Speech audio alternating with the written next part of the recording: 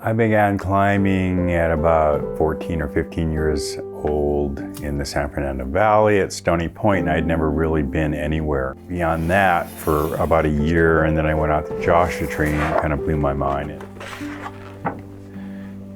In Yosemite, I really had no clue what it looked like. This was probably 1972. I don't even remember any photos. I think I'd seen something about Warren Harding in 1970 climbing the Dawn Wall. Like, instead of graduating high school, I ended up with some friends that were going to the valley and came through 41 from Fresno, came through the tunnel, and there was Yosemite.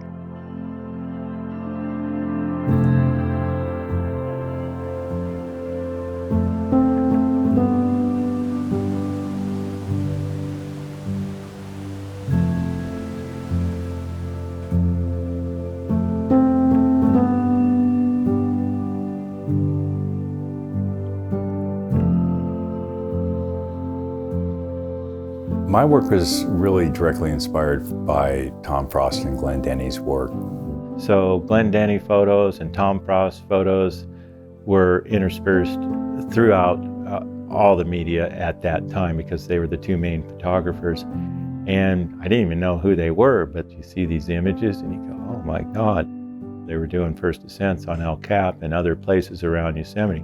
The difference was they brought a camera with them and they knew how to use it. It enabled people to dream about doing El Cap and Half Dome and some of these other climbs.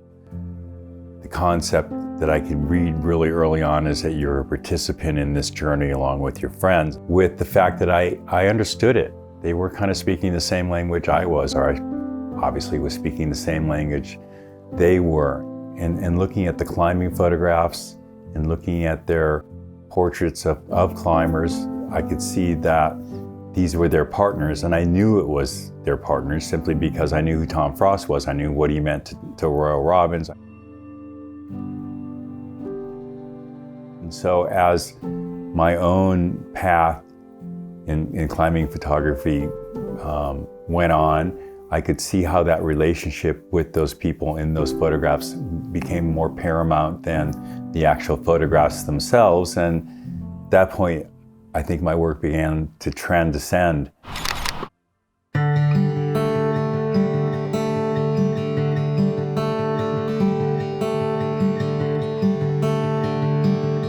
When I started making Stone Master photographs, I kind of realized that maybe that this was my calling.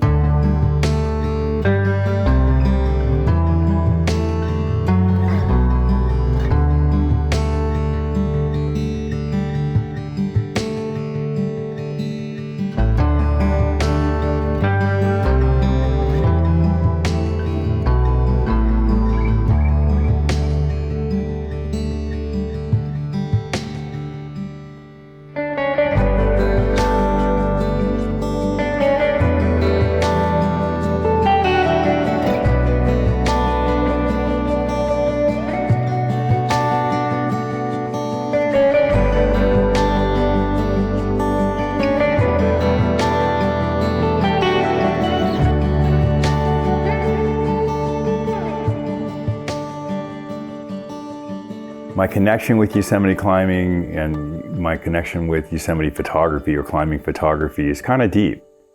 I think that a lot of the photographers that come here and work also feel that connection. I know a lot of these guys, and so I've talked to them, and they also feel that connection, and they also look at what came before them. Part of the thing we're trying to express here at this gallery is to look at what's been collected and try to think about it as a continuation. And to that end, the kind of photography that I like the most is the photograph that was made between friends. Those are the hardest ones to find sometimes. Sometimes it's easy to find professionals, and that's kind of a beautiful photograph. But the problem I have with a professional photograph versus a photograph made between friends is professional, you always know there's a camera between you and that subject, or the subject knows there's a camera between you and the photographer. Whereas with a friend, the camera's just up for a moment and then it's gone. It's almost as if it was just a pause in the conversation. My work with Dean Potter was kind of a really personal journey for me. It was really based on a friendship more than anything. Dean could have worked with anyone. He enjoyed working with me more because of our friendship. We really got along well and we were able to do things at its own pace, and I was independent enough that I allowed him to have his independence. So I never really put too much input into what we were doing. I let him have his vision and then I simply refined the vision, and it was that way all along, where it was this kind of an adventure. We would hang out and there would be other monkeys hanging out with us, and Dean had sort of a vision to do something and everybody sort of had their role in making that vision happen, but it was more, we were all kind of doing it because it was the adventure of what was actually going on, what he was going to do. But yeah, I loved that guy and I think he loved me, and we were like, it was an exciting ride, and it kind of arced the same time that the monkeys were happening, and I miss him every day. And the photographs that I made, even though they're as soulful as I could make them, I don't think they really express fully how much he actually meant to me and a lot of people. So yeah, that's one of the blessings and curses, I guess, of making these kind of photographs, is you get so involved with the people you're making the photographs, and then if they pass, then like Sean Leary, like Roberta Nunez, like John Backer, like a lot of people in my photographs, they're gone. You make a photograph that you think that really touches how you feel about them, and you have that to always look at. Feelings aren't facts. They're simply part of a memory, and that's something that's changed. When you look in that photograph maybe for a moment, you can get the feeling that is a fact in that moment. So that's why I really do try to make my photographs as if I'm having a conversation with that subject, with that climb, or with that landscape, whatever. We're fully engaged with each other because I always want to remember that moment, and I always want to try to express something about my subject matter. So, so there you have it.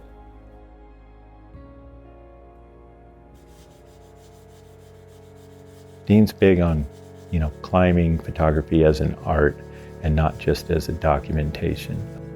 Not only has great photos on his own, but he also has an eye for picking the photographs that some of the 60s photographers did and other photographers, and he can clean those photos up and really make them look good. And